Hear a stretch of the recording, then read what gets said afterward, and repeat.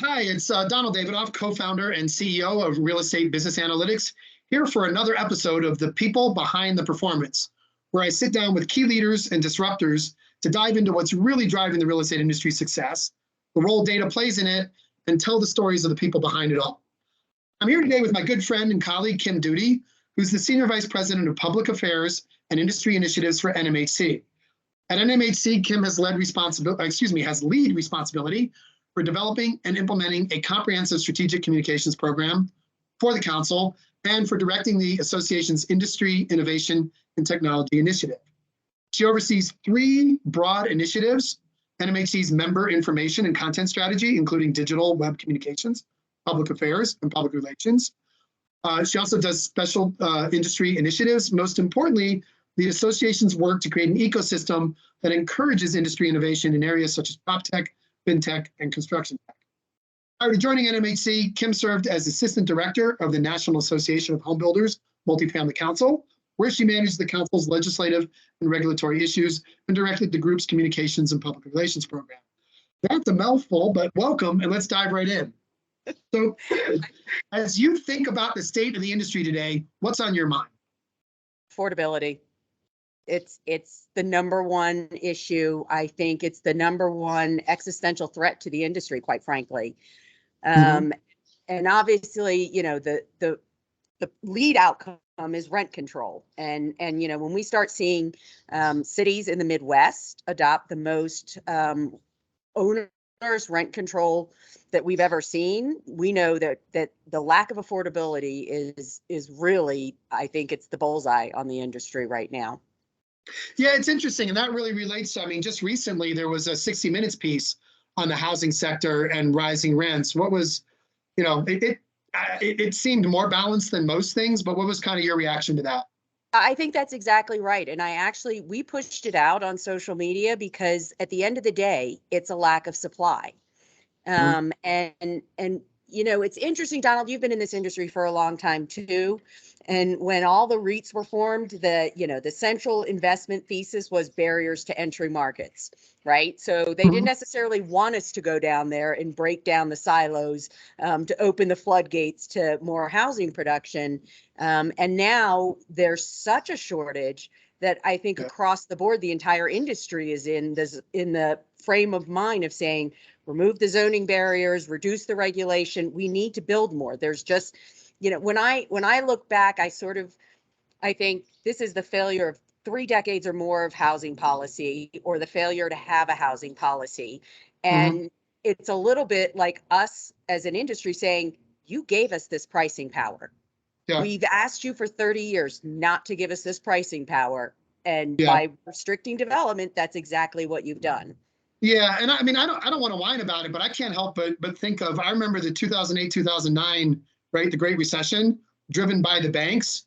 Yep. And I still remember, I mean, 20 plus years of government intentional effort to make housing ownership grow, right? You remember some of the numbers because NMHC every year, housing growth, historically 62%, 63, 64. I think we topped out over 67%.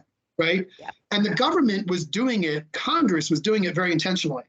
The minute the bubble burst and all those subprime loans came due and all that crap, I mean, there wasn't a senator or congressman who sat back and said, hey guys, we kind of are stewing in what we created. We need to fix it. What did they do? They brought the bankers in to hearings and just lambasted them for theater when, okay, yes, the bankers did get over their skis, but they were only doing exactly what Congress was incenting them to do. I sort of feel that in our industry as well. Well, it's funny because back during that time, it was the one time that I unleashed Doug Bibby, our president, and said, okay, you can go out there and say there is such a thing as too much home ownership. There just is. Universal home ownership shouldn't be our goal. And it's interesting because we've got some research coming out, and I know that some other folks Harvard is starting to really look at the renter segments and say, there's no such thing as a renter anymore, right? It's those that are very low income. There's the middle income, maybe renter by necessity, but on the fence. And there's a whole renter by choice that is a significant part of the market. And Congress policymakers just didn't want to look at that as a Right. lifestyle choice. So, well, and it's easy for Senator Warren to beat the crap out of the new single family rental entrants, even though statistics show like 2% of homes across the nation are being bought by those institutional owners, maybe maxing out around 7% in an individual market. I mean, how do you get someone like Senator Warren to recognize the reality, or do you just have to sort of write her off, but get enough other senators and congressmen to think about it? So there's two thoughts that I have to that question. The first is I was on a Zoom call this morning with Up for Growth, and they had a number of members of Congress and policy people, housing activists. And one of the chat comments was, that's fine, but now we have all these companies coming in and building new build to rent communities. And I asked her, what's wrong with that? Yeah. If it's new housing, what's the problem? Like, we need housing at all price points, for sale and for rent. So if they're creating a unit of new housing, why do you care if it's built to rent, if it's serving a market that people want? And the answer was, it's going to be too much luxury. And well, it doesn't matter, because you know what? That luxury unit pulls somebody out of a middle price unit, opens it up for somebody that can afford it. So there's just a failure to understand that in general. It's so frustrating. And obviously I got into the industry through pricing. Like, what's the fastest way to get prices to go down? Increase supply. Yeah. You're not going to decrease demand, so you increase supply. It seems to me so obvious, but government doesn't always see the obvious. Well, the other thing is, when I think private equity is the new, evil force in our housing market. And I think that's really easy. I think everybody wants a villain, right? And it's really easy. Wall Street's a pretty easy target. Yeah. But what people don't understand is that private equity is also the pension funds, the teachers' retirements, the firefighters' retirement plans. Like, they're invested in housing. When they say corporate landlords and private equity, they're talking about everyday Americans who are benefiting from these investments. Yeah, how many multifamily companies are funded by the Michigan State Pension Board, by CalPERS and CalSTRS, et cetera? Absolutely. Let's switch to something else. So, NMHC and your team really led the way during the COVID crisis on so many levels. In the work I've done, I particularly found the NMHC rent payment tracker to be quite useful. You and I talked about that a lot over the couple of years that it was there. Just sort of historically, where did the idea come from, and how did you pull it together? It was amazing to me how quickly you got like 5 competing PMSs to all contribute. That was just incredible. My colleagues Sarah Yasti and Caitlin Walter deserve all the credit. I think they sat down and they were brainstorming and said, we're going to need some kind of metric. With autumn is falling out, we're going to need some kind of metric to know how deep in the hole we are, but then to also know when we start climbing out of the hole. And they just, I think it was a world where you could ask the impossible. And everybody said, I'll take as much data as I can. We were shocked how quickly it happened.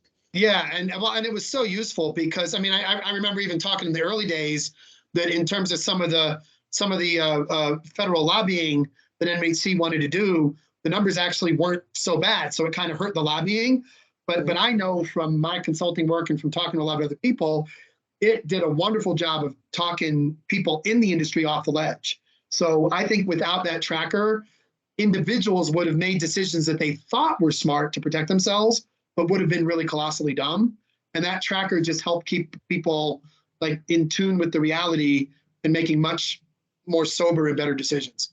Well, and in the back end of the lobbying, it actually ended up helping because it was something we could point to say there's not going to be a tsunami of evictions. There can't be. Look at the payment rates that have been pretty consistent in the mid 90s. There's just not enough lack of payment out there for there to be this tsunami that a lot of people wanted to gin up to push their agendas. Yeah, no, it definitely was agenda driven. Obviously, thankfully, we're well past that part of the crisis, which actually allowed NMHC to even sunset that work. But looking ahead, what do you see as the lasting implications of that very difficult 2-year period for the industry?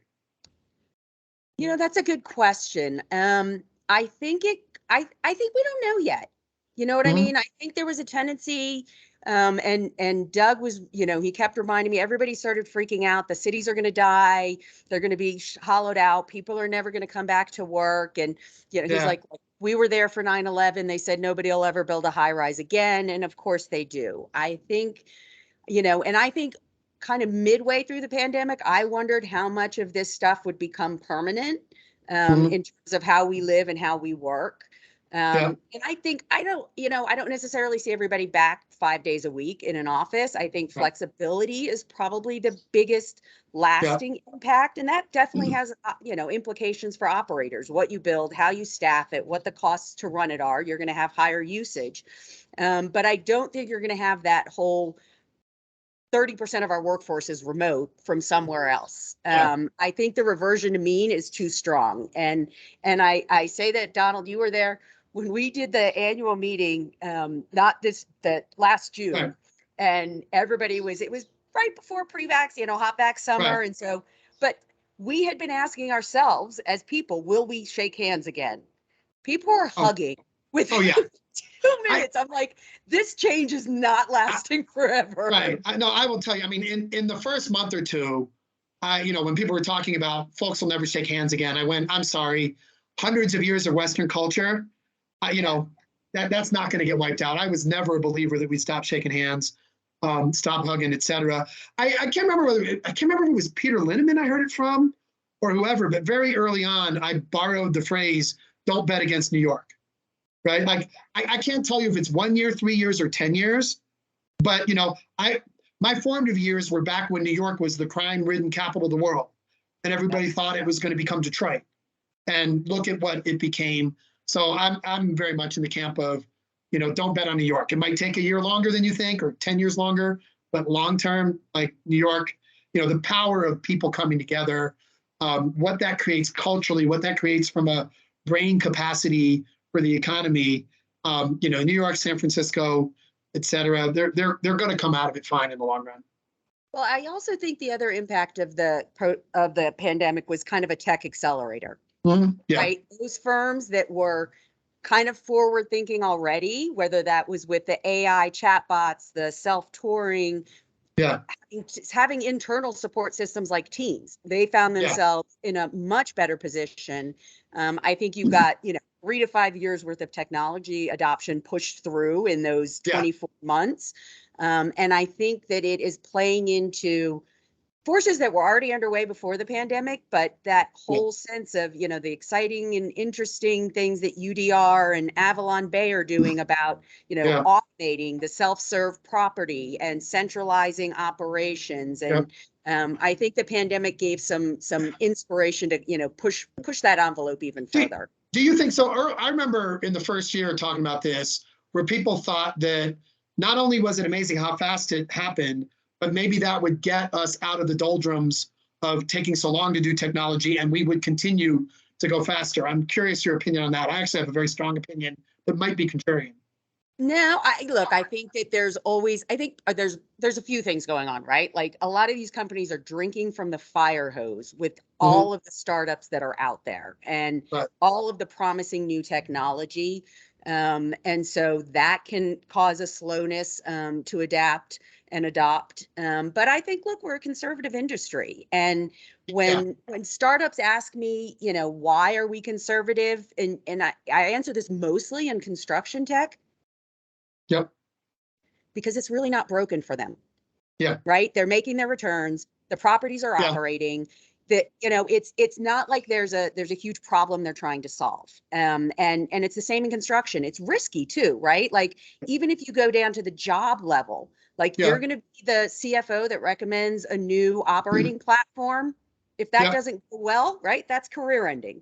You're going to miss your development pro forma because you tried some new tech that could be really cool, but you know what? It's going to fail the first few times. It just is. Modular is a great example of that. A couple of high profile misses, and everybody's just like, it's like our version of NIMBY. Absolutely, we should do it. You do it, not me. I mean, look, I mean, over the last 10 years, I've done a lot of consulting on go-to-market strategy. and I've said the same thing to vendors, and we're following this in our own, REBA go-to-market strategy. There's no existential risk in this industry. If you've got a good portfolio, it's how much money you'll make, not whether you'll be around. Now, in office or retail, there's existential risk.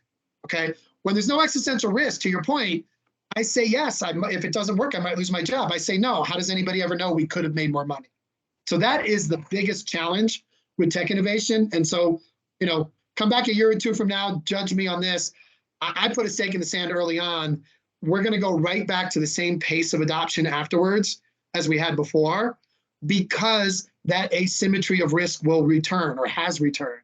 The reason we moved as fast as we did, for the first time, we actually had some existential risk, right? If we couldn't figure out self-touring, how are you going to lease these things during the pandemic? And so necessity was the mother of invention. But when that necessity goes away, we're going to go back to shaking hands and taking 12 months to make a decision. That's my. I don't disagree there, and I'm hoping that some firms set up, internal processes that may be facilitated around the edges, right? Like you're not going to see this breakneck pace continue, but you might see, a 20% improvement in the. I can buy that. Right, incremental improvement. I absolutely believe in that, and it's a little harder to be fearful that the teams can't absorb it. But at the end of the day, the risk profile suddenly grew and now it's receded. I think people are people. Great. Well, let's get a little more into your personal background. So your educational background in public policy obviously has served you quite well in industries such as ours. But how did you end up in rental housing as the place where you spent most of your career now? So I knew that I wanted to be involved in housing. I had moved to DC from Arkansas, and that's its own story, but and basically was just looking for a job that somehow was related something to policy. And the first one I found was the National Association of Home Builders Multifamily Housing Council. And what started as a way station ended up as a passion project. And I really did love the housing policy. I met, I met Tom Bizzuto 30 years ago at NAHB, so it's, it was just, it was a lucky happenstance. Yeah, we are the Venus flytrap of industries. Once someone flies in, we just capture them. And Tom doesn't know me well. He knows me, but he doesn't know me well. Bizzuto's always had a soft spot in my heart because not only did I grow up in Maryland, but I went to high school practically. The Bizzuto headquarters are practically visible from the high school that I went to in Greenbelt. So Bizzuto's always had a soft spot in my heart from that. So in this career, who's been your most influential professional mentor? It was hard to not say Doug, quite frankly. I've worked with him now for almost 22 years. Yeah. He has really been something that, if you're not working with Doug day to day, Doug's a great person. Doug loves the members. He thrives on the energy. You don't necessarily know the heart that he brings to the job. And sort of the very even keel sense of management, like even in the panic of the pandemic. And if you think Doug came in, his very first membership meeting was 9/11 in DC. Yeah. Wow. And so, he came in during 9/11. He went through the great housing crisis of 2008, and he's leaving at the end of a pandemic. I don't know what that says about Doug's luck for us, but the luck he's brought us. But he's really taught me a lot about, building coalitions and not panicking. Yeah, that's a cool history, because that 9/11, I was still at Manugistics, which had bought Talus, right, where LRO started. And I remember I had already interviewed with Archstone, who had told me, I was about to be announcing that they were selecting me as the first vice president, pricing revenue management. And I remember watching that 9/11 happen. And the first thought in my head was, is Archstone going to rescind the offer? Right? Because, you just got scared. And so I literally started in October of 2001 was when I was an employee in this industry instead of just a vendor. Well, and can you imagine being a new CEO? So he had come from Fannie, so he had a housing background, but it was single family. He knew nothing about multifamily. And your first meeting your entire well, not your entire membership. So, the board of Yeah. directors, 300 and some people are literally locked into a hotel Yeah. and told they can't leave. Wow. And you've got to manage, and then they're finding out there's no air travel. So how are Right. these Well, people ever getting you got to home? know the members. You got to know the members. You It locked up with was, them. yep, Wow. that's exactly right. So Cool. So here's one of my favorite questions. What is one thing that 2022's Kim knows now that you wish you could go back and teach the 2000s Kim at the start of her rental housing journey because she didn't know it back then? it's a good question. I guess I wish I had known how this industry was going to change, like the degree to which we were going to get professional operators with bringing a lot of people from outside of the industry. 25 years ago, it was a lot of small regional family run companies. Mm-hmm. And the idea of the professionalism that we have now, the sophistication, and you and I can lament, how technologically behind we are, Yeah. but compared to where we were, Yeah. I remember sitting in, I remember sitting in meetings where the largest owners were saying, what is this whole like online listing thing? Why would we give them our data? Yeah. Right. Well, are you going to build this? And it just, so knowing that they could get there, I think Right. maybe we would have pushed them a little bit harder to say, look, I've seen your future. You need to be a little more open-minded. Yeah. Well, and NMHC's really led the way. I mean, one of the things that's always impressed me about Doug is his willingness to challenge the members, right? You know this, I grew up in the trade association world where, my dad was president of the American Society of Travel Agents. In fact, Doug Culkin and Liz Culkin were colleagues of his at ASTA.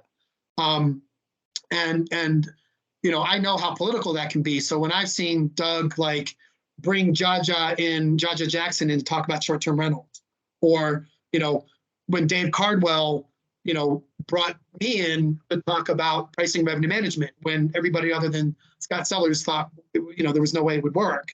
NMHC has always led the members sometimes where they didn't realize they wanted to go, but it's been very prescient. I mean, every place NBC's done that's been the right place.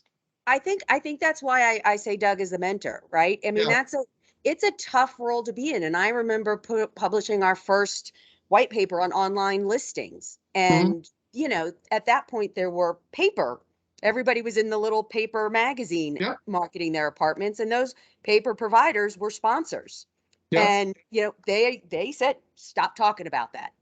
And that's a natural defensive instinct. And of course, they're now all online and have been purchased. But I think you're right. I think we do find our role sometimes is to push our members a little bit.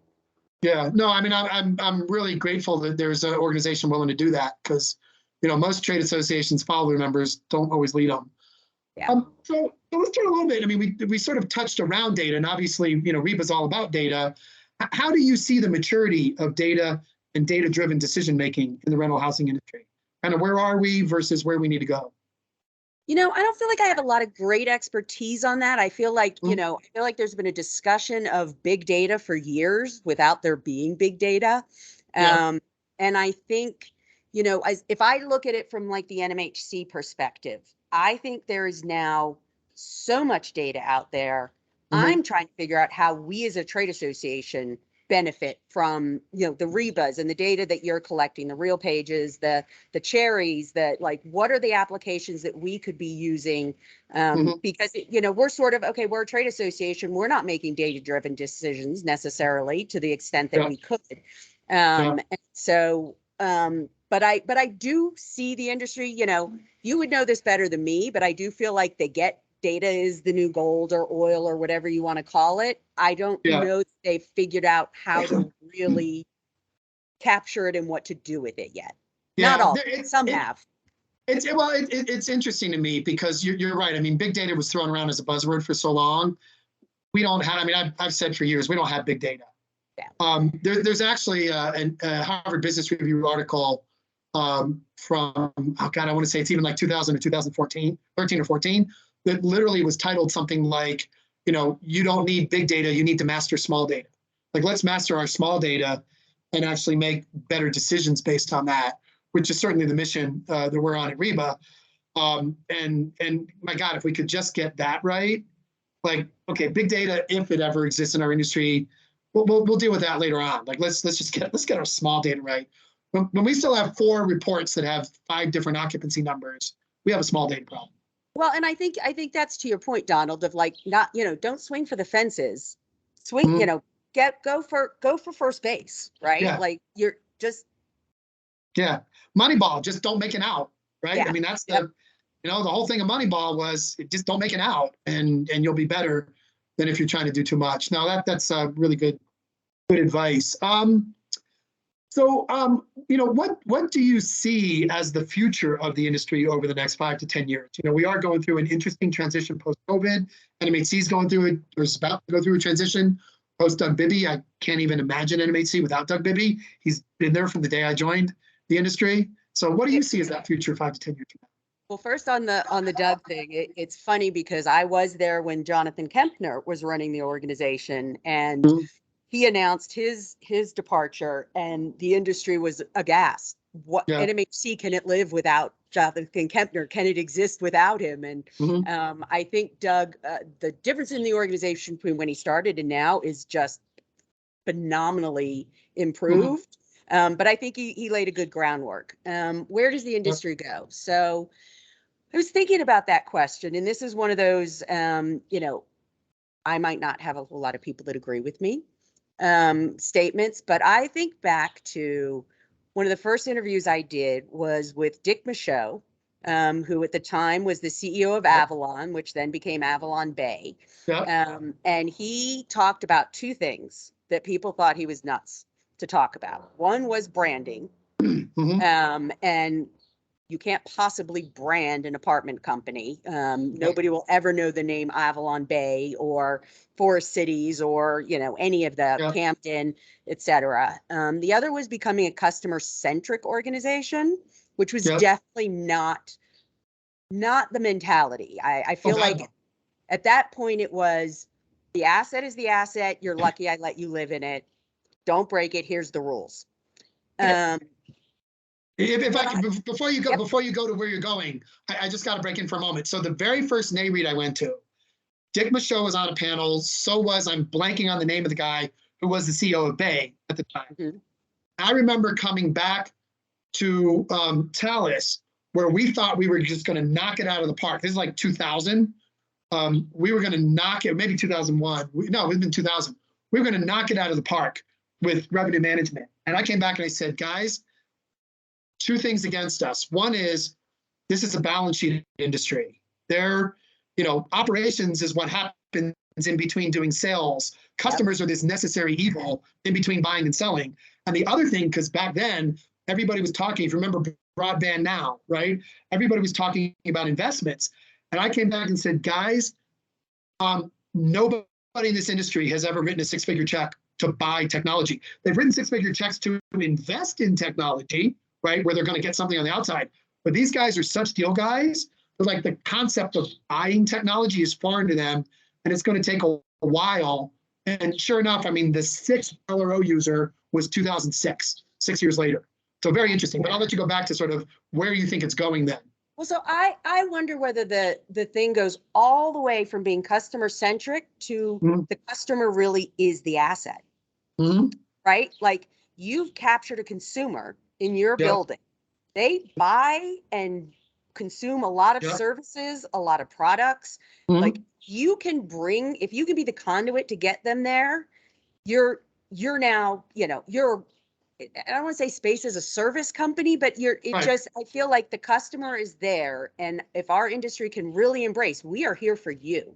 And that means simplifying your life and taking a little bit on the side out of it. What if some, because one of the biggest challenges with really doing that across the country is the capital intensity of the buildings. So there really is no true national brand, right? I mean, I used to say, even at Arstone, like, if you loved Home Depot instead of Lowe's, when you moved from DC to Richmond, you still stayed with Home Depot. When you moved from DC to Richmond, we didn't have a property in Richmond, like, we abandoned you. Or sometimes You know, you're sitting in an Olive Garden, it doesn't change to a different restaurant in the middle of your meal, but we sell. Right. Interesting, like total brainstorm. Never thought of this before until I heard what you were saying. Airlines faced a similar problem in terms of worldwide networks, both regulatory and capital. And they solved that through co-chairs, right? So you have the Star Alliance, you have, Sky Team, et cetera. I wonder, this is really crazy, like 10 years from now, will somebody dig this interview up and go, we actually ended up doing that. What if some of the bigger guys got together and did the equivalent of code for space as a service? That's, I mean, seriously, right? Like we've said, like, is there a subscription model to housing? You pay X amount a month and you get, here's the level of property you could go to, and we're in 32 cities. You got to figure out the revenue share, but if if United and Air Canada can figure out, why can't Avalon and Equity figure it out? Yeah. Who knows? Well, that's a rather provocative thought right there. Okay. Now that we've done the heavy lifting, let's do what we like to do to end these interviews with a little fun, rapid fire sort of James Lipton style Q&A. So the only rule is don't think too hard. Okay. What book has influenced you the most? It would be one of my yoga books. That's fine. Cool. What's your favorite time of day? Morning. What's your favorite app? My podcast app. What's your pet peeve? Intolerance. If you had to pick one food to eat forever, what would you eat? Oh, see, I have to do a style. We do this question in my house too. If I'm Middle Eastern, so anything Middle Eastern. That's fine. Yep. That works. And what's your go-to for having a good laugh? Oh, my husband. I know your husband. That's a good answer. Excellent. Well, thank you so much for sharing your insights with us today, Kim. Just lastly, we talked so much about the National Multi-Housing Council. In case there's anybody on this who isn't quite sure what it is, although I'm sure most of the viewers or listeners will, but where online can everyone find out a little more about NMHC and all the great work that's going on there? Yeah, so go to www.nmhc.org. And a couple of things that I would flag: we've got a great newsroom that is a running tally of what's going on in the industry, and a lot of research. Almost everything we do is free. And so our quick facts, I mean, if you're looking for a fact or figure about the apartment industry, it's probably on our website. Yeah, excellent. And I know I've emailed Kenny and others, or Mark, when I needed something, and get a great answer back, and gold, good housekeeping seal of approval. If I can quote NMHC, then people will believe the number. Well, thanks again so much for your time today. Really appreciate it, Kim. Talk soon. Thanks for having me. Thank you. All right. Bye, Donald. Bye.